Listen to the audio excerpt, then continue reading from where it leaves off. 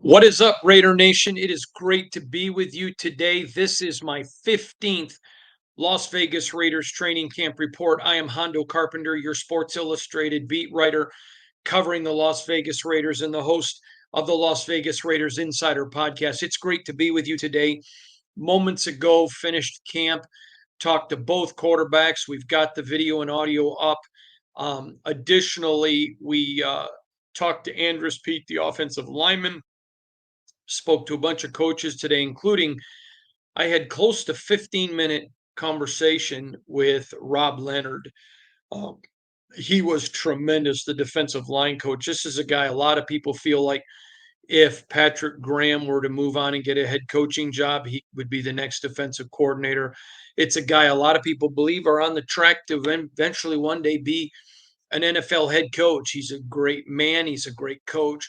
You're going to really love that interview. I'll be posting that up um, probably Saturday morning. But again, you're going to want to check that out. Got a lot of stuff coming for you. One more day in Costa Mesa. That'll be tomorrow. And then obviously we'll get ready to head up to Minnesota, where the Raiders are going to take on the Vikings in the first preseason game of the year. Let's just start where everybody wants to start. It's the quarterback battle. I will tell you today again, it was a exercise in mediocrity.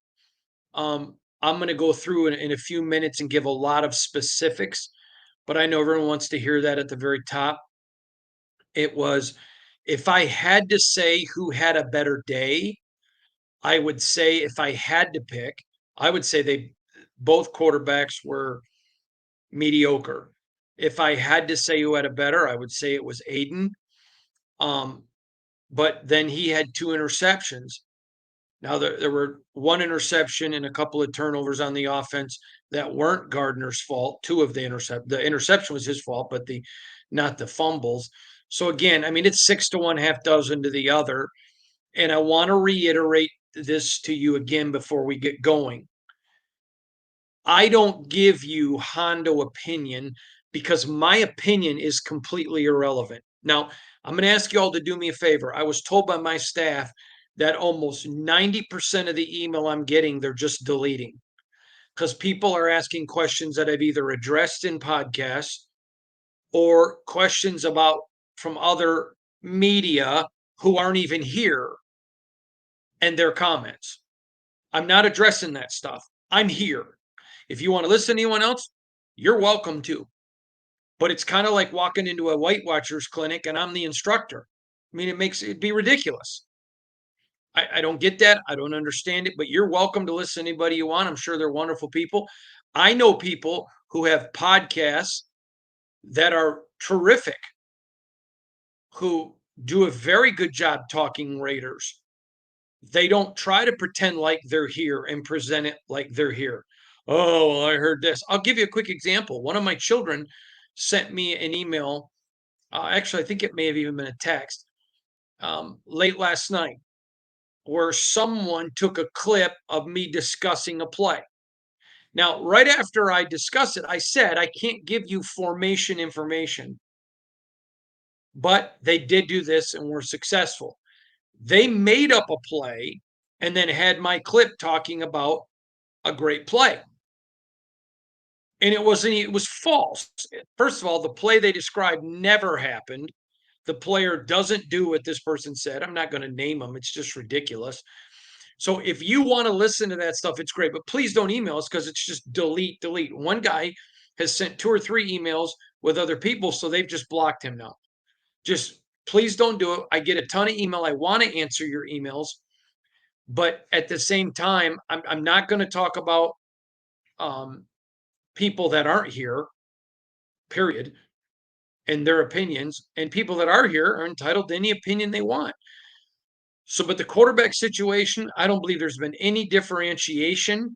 And I'm going to get into all of that in a minute. So let's start with Tyree Wilson. Okay, this is another issue. I cannot tell you the amount of emails I've gotten.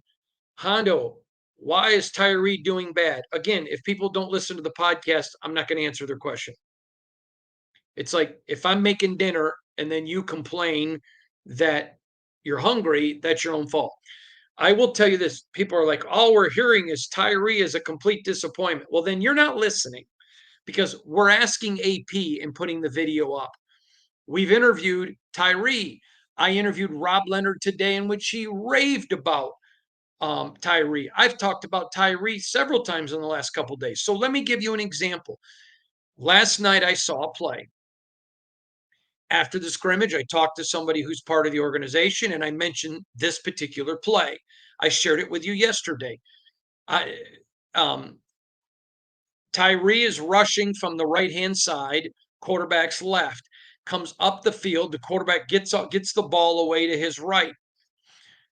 Tyree continues his approach, goes around the offensive line, down the field 30 yards, and makes the tackle. Great play by Tyree Wilson. It's the most explosive he's been since he's been here. His Achilles looked great. His leg looked great. Everything looked great. So today I'm sitting with Rob Leonard, which you'll see on Saturday. And I said to Rob, I brought that play up and he kind of laughed. And funny that you should bring that play up because we showed that to the team. And we told Tyree, that's your standard now. That's the best play you've ever made, of which I said last night. And so if people are telling you they're disappointed, listen, some people just, negativity sells. I've been told by people that I don't know that I would use the word compete with, but maybe, Hondo, you're too positive. I'm not positive. I just tell it the way it is. And it's just the way that I've been raised. It's why Sports Illustrated is the largest sports media company in the world. It's the way that we do our jobs. Our job is to report news, not to create news. And so if the sky's not falling, I'm not going to say it is. Now, when you report the sky's falling, click, click, click, click, click, but not reality. Tyree has looked really good. And Rob Leonard, again, he's behind Malcolm. He's behind Max. He's behind Jenk and Butler and Byron Young, who's playing great. I mean, he's behind some guys, but he looks good. He's making plays and did again today. He had a spin move today that was phenomenal and just kind of left his guy there. Literally left the offensive lineman who's had a great who's had a great camp, just boom, left him. So he's getting that explosiveness back. It's fun to see. Is he a first stringer? Nope. Is he going to play a lot? Absolutely. They want him on the field. He's going to get on the field. A couple other things I want to talk about. I was blown away. Now, I'm a big Rob Leonard guy, and I have been very blunt with you that Matthew Butler's first couple years with the Raiders have been a complete disappointment. A complete disappointment. And I talked to you before the start of OTAs and talked about some money year guys, third year guys that were going to have to step up. I was surprised, especially with a video camera running, at how blunt Rob Leonard was. And again, make sure Saturday you watch this interview. It's almost 15 minutes. He talked about, and I'm paraphrasing here, but it's awful close. That this was a guy I really didn't even like when I got here last year. And now I love him. He's maturing. You can just see. And let me tell you something about Rob Leonard. He's a lot like AP, a lot like Patrick Graham. He does not live in the world of hyperbole. Like me, they live in the world, the realville. And that's where he lives. And so you could see the emotion, how much he genuinely loves Matthew Butler. And Matthew Butler is making plays now, and he's making them consistently. Do I think that Matthew Butler is an all pro? No, but he's not even well into his money year. It's not asked of him to be an all pro. They've just asked him to be what he is, which is a third year money, supposed to be making progress. So, with that said, again, I thought very impressed with Matthew Butler. It was very good for me to hear Rob Leonard talk about him. and about his maturity. I thought that was really encouraging with Matthew Butler. I know a lot of people get angry with me because I call this team the Misfits, even though that's what they call themselves. It's not Hondo making it up. And Robbie brought it up to Coach Leonard brought it up today. They call themselves the Misfits for a reason, and they're going to keep calling this defense the Misfits. It is Patrick Graham and his merry band of misfits. And let me tell you, they're playing super well. The last thing I want to talk about from Rob Leonard, and again, you can watch this video on Saturday morning, but we talked about Snowden, Charles Snowden, the young defensive end that I've been telling you about, who's been getting reps. And he just talked about the fact the kid is so coachable. He continues to make flashes. If I had to guess right now, I don't think he makes the 53, but I think for sure he makes the practice squad. Now, there's a lot of camp left. We got 3 weeks left. So he could make the roster. Let's wait and see how these 3 weeks. But if I had to guess today, I think he makes the practice squad, but he's got a big upside. So remember that name. Okay, let's start getting into some players now. Gardner Minshew started with the ones today. He didn't stay there forever, but he did start with the ones today. And again, came up flat. Was really disappointed. I have said this many times, but unfortunately, everybody has an agenda. If you're older like me, you remember when Republicans and Democrats could talk together, and now both sides hate one another. Don't worry, I'm not going into politics. It's not what this podcast is about. And I have noticed since I have come to cover the Raiders, Raider Nation is always devoted at quarterback. They love Derek. They hated Derek. You should still see the emails I get today. The fault of these two quarterbacks today is the fact we kept Derek Carr for so long and didn't draft somebody else. Then other people, we should have never got rid of Derek. Do you know how much better I mean, the guy's been gone 2 years. Give it a rest. He's not here anymore. So if you're a Derek Carr lover or a Derek Carr hater, whatever it may be, he's not here anymore. Let the conversation go. Last year, nobody wants Jimmy Garoppolo. That was pretty true, other than Josh McDaniels. But now it's Aiden Gardner. I don't get that. Both of these young men are good guys given maximum effort. Now, I have two standards. It's not the same standard for both because I know what the thought process is inside the building. The thought process inside the building was Aiden played half a year as a rookie and did well. Did well. I've said this to you all offseason. They don't know if he's the next Ken Stabler, but they felt like they saw enough that they had to give him a chance to be financially intelligent. But they go and spend tens of millions of dollars on Gardner Minshew, a guy who's been with multiple teams and last year was a Pro Bowl alternate. They expected that if he won it, he was going to come in and just overwhelmingly take it. A tie goes to Aiden. I've told you that all offseason. Okay. He's not only not tied him, there's days that he gets beat out. And oh, by the way, I'm not pretending like Aiden looks like. And it's disappointing. I thought Gardner Minshew would perform better.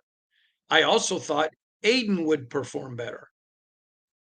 Now, you could make an argument. I was talking to a friend of mine who's here and is on the beat that Aiden looked better last year in training camp, but he also was running with the threes, well, the twos and the threes. And he also, again, was playing against better competition and not getting as many, worse competition, not getting as many reps. But I think that's still fair to say he looked better last year in training camp. That's fair. So, as far as I'm concerned, based on what I have been told inside the building was a tie would go to Aiden. When I asked AP and I've talked to people in the building, if there's been any differentiation? No, not really. So based on what I'm told, it's still Aiden. Again, based on what I'm told. My opinion doesn't matter. I'm just going on, I'm giving you the parameters of which I base an opinion.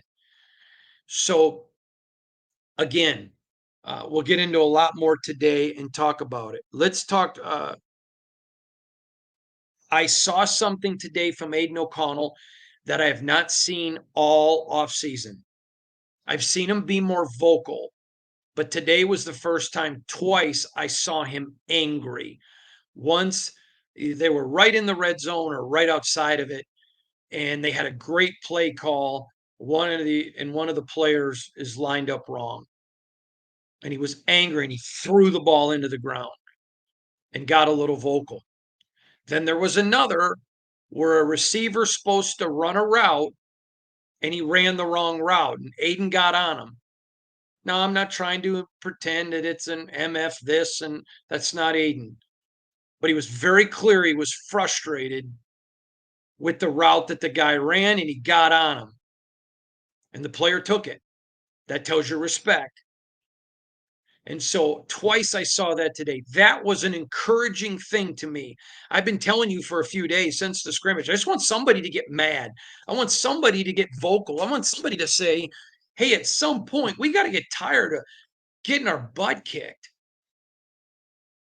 At some point, I liked it. I liked the fire. And I asked him about it. And after practice, you can go watch that video. It's already up. And Aiden said to me, he goes, well, last year was hard to do because of the situation. And second of all, I didn't even know my teammates. I know them now. I'm friends now. The situation's different. To me, that was a much needed step forward in Aiden. Again, if they're equal, it's Aiden. Unless the staff just comes in and says, listen, they're both equal, but they're both bad. Let's just flip a coin. Heck, that could happen. But not bad, but playing bad. But that was something I know for a fact because I was the first media member to report on it that they needed him to be more vocal. I was the first to report on that after I was told by somebody in the building, and it was great to see today. In fact, I was watching one of the coaches in particular, and he turned around and just smiled. So it was good to see. Um, again, if I had to describe today, I think they were both mediocre. Aiden had the 2 interceptions, Gardner won, but I would say if I had to pick, it was Aiden by a piece of rice paper, but basically the same. Um, I'm going to tease Jakobi Meyers for a minute. By far, he's the best offensive player in this camp, and not close. It's not close. I mean, it's just and not close. And so he finally dropped a pass today. But it wasn't a passing competition. It's just when they're warming up at the beginning of practice and they're just kind of practicing throwing the ball. I finally saw one and I was like, update, Jakobi drops, but it was not in a competitive situation. And he was mad. he looked at he looked at me, I looked at him, and I just smiled and he was mad. He was upset. He just has killed it. He has had as good of a camp as Max Crosby has on the defensive side. The only difference is I don't talk as much about Max because we expected it. We expected Jakobi to be good. He has been great. Um, in fact, if you're talking about guys that have had great camps, you can't not throw Jack Jones in there. He's been all as good as Max. But we'll get to Jack in a minute. I want to talk about they were doing some 2-point plays today, working on 2-point. And Gardner Minshew and the offense had an opportunity to get a 2-point, another penalty. Just another penalty. Not on Gardner, but still a penalty when he was out there. Christian Wilkerson had was wide open, and it would have been for a 2-point conversion, and it was a horrible pass.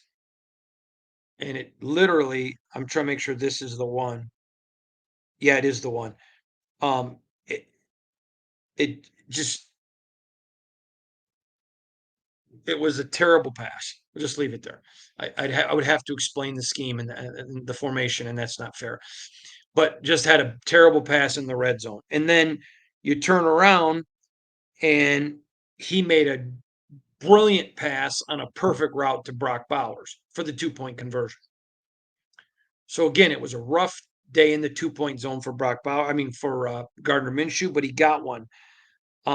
Another one, the under with Minshew, they had another penalty in the red zone.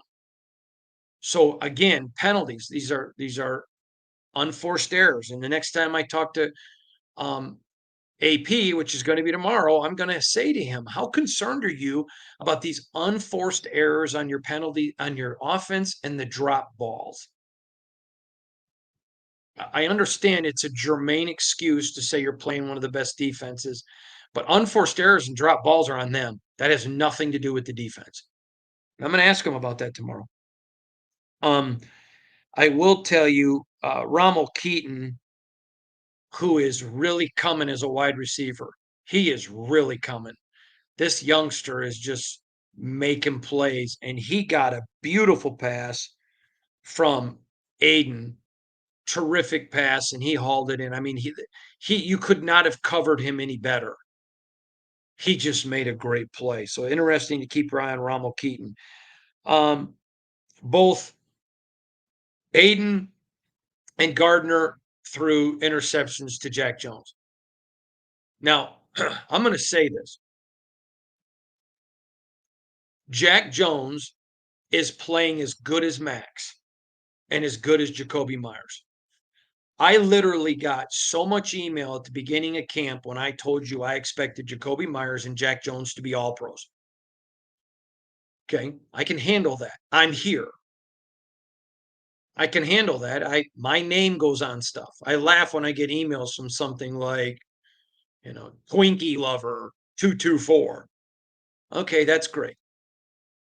But Twinkie Lover 224 or whatever your name is, I'm here and I'm telling you what I'm hearing from inside the building, from staff, from players about what they think about how these guys are playing.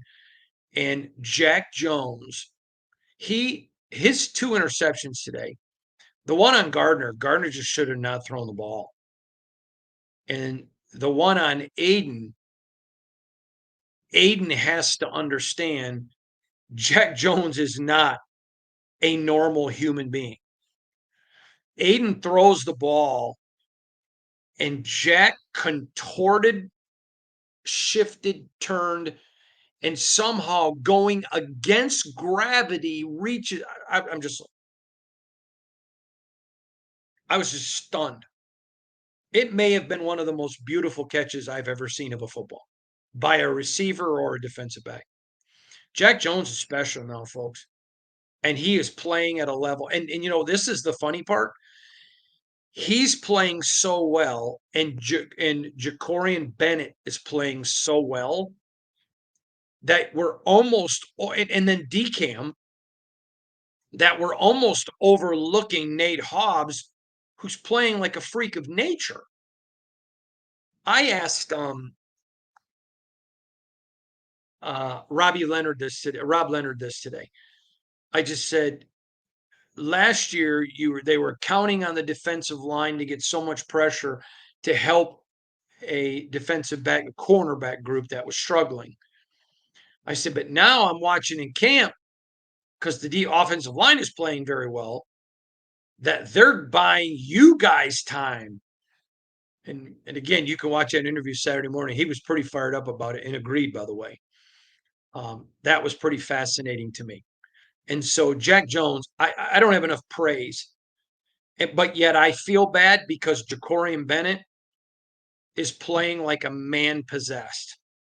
He made a play today where he's up in press coverage and a guy gets around him, and he has such fantastic closing speed. He's so fast that he's able to catch up, reach up, make the play, just hit it with the tops of his fingers like he was almost going to spin a basketball and pushed it out of bounds. I mean, if he pushed it up, somebody could catch it, pushes it out of bounds. Just he has remarkable physical skills. It's what they saw last year.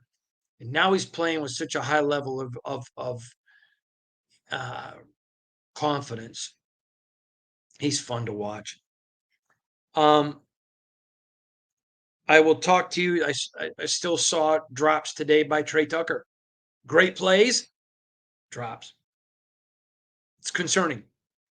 It's greatly concerning because there are some guys that are drops are plaguing the team from the wide receiver position, not named Jakobi Meyers. Devontae's not here, but DJ Turner. I'm fascinated now to watch him. I am fascinated to watch him play. He made a play today where he was dead to rights going to be taken out. And he just moved in a way that I've not seen him move before. You know, they always teach you when you're tackling, watch the hips. The eyes and the shoulders they can juke, the feet they can juke, but you watch and tackle the hips. He moved his hips and then moved them again where you just couldn't teach it. And I was like, I couldn't. I thought, I wish this had been a game so I could go back and watch the film. Incredibly surprised. I said it last time. I'll say it again. I think him and Christian Wilkerson clearly have made the team. I don't think there's any bubble for either one. I think they've sold their house in the bubble, and they've moved and bought a house on the roster. Pretty impressive stuff there by DJT.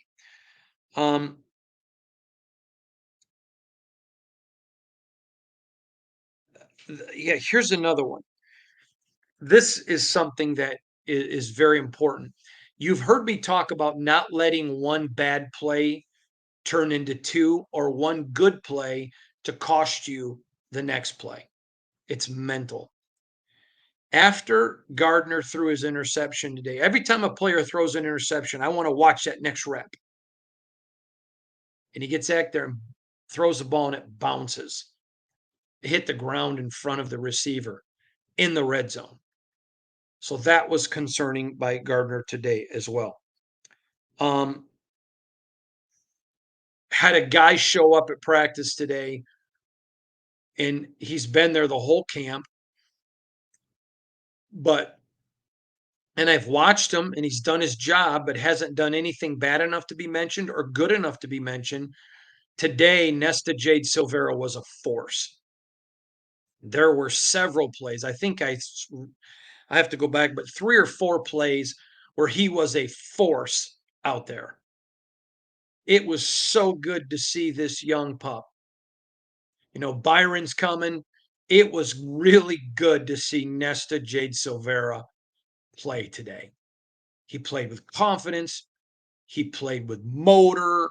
He played with all out. See, there's so many defensive linemen. They don't want you playing to conserve your energy. You just go balls to the wall so that when you need a blow, you'll get one because it's like hockey. There's another guy to put in. Nesta, it clicked with Nesta today. It clicked. And I'm going to ask AP about him tomorrow too. It was good to see he finally clicked. And he's such a good kid. Man, he's a great kid. And it was just really good to see him succeed. I want to talk about him because I like him. And it was great, but I'm not talking about people who don't earn it. It's not fair. And he earned it today. So Nesta Jade Silvera, I don't know if it's showing up or not. Salute to you, sir. Excellent job. Okay, here's another guy that I've been critical of. because I had high expectations of him. Janarius Robinson, he's been a disappointment in camp. He'll make a play, then the next play you're like, ugh.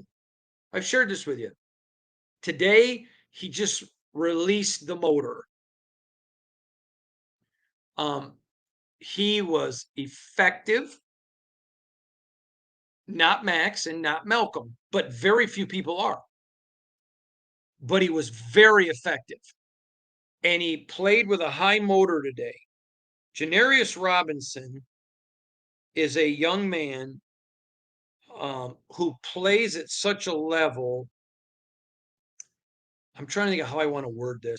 Janarius Robinson is a kid that plays at such a high level when he does.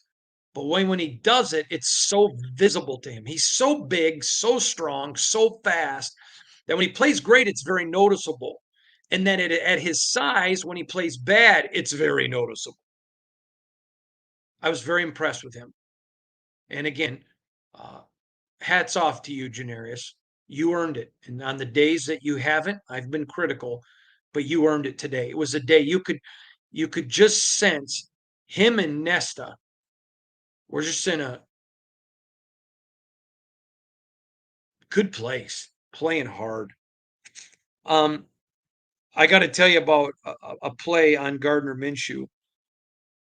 Max Crosby goes up the field, makes a great play, basically gets the sack and the strip, and grabs it and would have had a touchdown. So it was a strict sack, a strip sack for a touchdown. And I don't want to spend too much time on Max because he's the NFL players call him the top 10 player. I think he's the best defensive player. Him or TJ Watt. I think you can make an argument for both. I would still vote for Max. And in the interest of fairness, it probably has to do because he is my friend. And second of all, because I cover him and see him every day. But he's just so good that when he does it, all right. All right. All right. All right. And at one point today, the offense made one good play. And he yells out, don't talk about it, be about it to his guys. Now, another one, um, Aiden O'Connell, I want to talk about his second interception. He throws a ball he shouldn't have thrown, and Trayvon Merrick just stepped in front of it. And it was really good to see Trayvon to step in front of it. And then the way he caught it with his head up, and it would have been a big return. It was a really, really good day for him.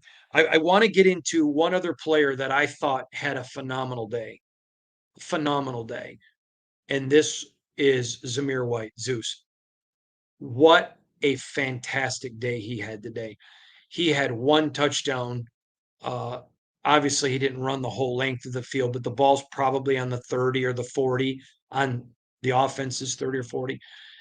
And what happened is Andrus Peat laid out a great block. There's a guy on the ground that had his arm up. Now I want you to picture his arm. I don't know, it's not showing up on my screen, but the guy's arm, the guy's on the arm and on the ground. He has his arm up in the hole. Zeus just stepped over it, never lost momentum, and was gone. It was a great run. It reminded me of the run he had in Kansas City, the one real big one he had that kind of put the nail in the coffin for the Chiefs. It was a great run. And there were, in that kid, let me just tell you, him and Alexander Madison, they don't really use Dylan Labe up the middle a lot. He gets some reps, but not against the ones. But I guess maybe he's had one or two against the ones I can think about, but not many. But Alexander Madison is just like a bulldozer going through the line. He'll lower his helmet, and if you get in the way, he's just going to punish you. Very punishing runner. He's had a good camp. But Zeus is power, speed, and shiftiness. He's ready. He's ready. and I am really looking forward to watching him up in Minnesota. I don't know how many reps he's gonna get, but I'm looking forward to watching him. Um, let's start talking about a little bit, talking to Gardner. I just said to him, "What do you have to do to win this job?" And again, the video's up. You can go watch it yourself, get your own impression. You're not stupid. You don't need me to interpret. But I found it interesting because he talked about ball security, which is what I've been telling you from day one, and that they have to trust the defense. And then you can tell AP's been in his mind because he quoted a statistic that I've said to you many times. The team with the least amount of turnovers wins 70 to 75% of the time.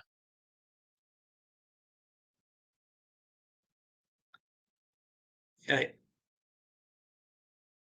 yeah, I probably shouldn't say that, but I will say this. It's he's him and Aiden are close and it's competitive, but I think they're both getting tired of hearing it talked about. Not like they're mad at the media. I think they're mad at themselves. Neither one has a bad attitude. They're making if they make mistakes, they are there. I mean, when uh Gardner threw that interception to Jack Jones, it was so interesting to see Aiden go up and talk to him. Now Aiden had the next rep, or maybe it was I don't, but there was an exchange. I don't remember if it was immediately after or a couple minutes after. And then when Aiden threw that interception, Trayvon Morgan, same thing. The effort's there. They're going to get this worked out. I'm not worried about it. I always tell you there are three things. Number one, both quarterbacks have a proven track record of success in this league. Both quarterbacks are very hard workers and coachable. That's a big deal. Excuse me. And both of them are healthy. So it's just a battle. It's disappointing to say the least because you want to see somebody emerge. But I still don't believe in any way it's time to panic. There's 3 weeks of camp left, 3 preseason games. There's a lot that can happen. Um, I asked Aiden O'Connell the same thing. How do you win this job? Um, and you know, he gave heartfelt answers about stuff he has to do. They know it's a battle. They're not dumb. It's disappointing to be this far into camp and not see. It's disappointing for me to not seen Aiden take steps forward. I literally thought Aiden could grab this thing and exponentially be better, but at least he's going to be better. Haven't seen that. I thought Gardner Minshew's coming in his first time to compete in camp and training camp to be a starter, making tens of millions more than Aiden, coming off being a Pro Bowl alternate. He's going to play so well, he's just going to beat Aiden out. He hasn't. Disappointment for sure, but not panic. And the offensive line is playing well.